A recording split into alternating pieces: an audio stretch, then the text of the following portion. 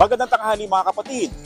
Bumaba ang bilang ng mga Pinoy na walang trabaho ayon sa Philippine Statistics Authority. Nitong Hunyo kasi, nasa 1.62 million na lang daw ang unemployed.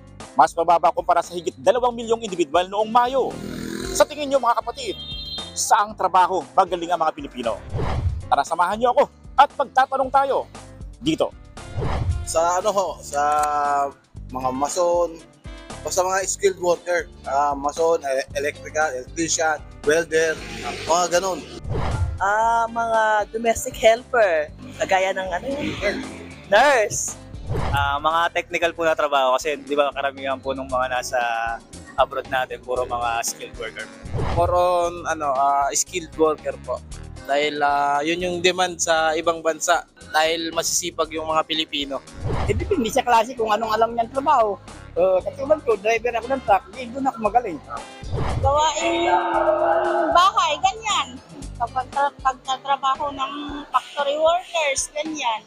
Construction, pagsasaka. Maraming alam ang mga Pinoy. Ako ang inyong hani ng bayan, ang tunay at nag-iisang pantanggal umay sa pananghalian.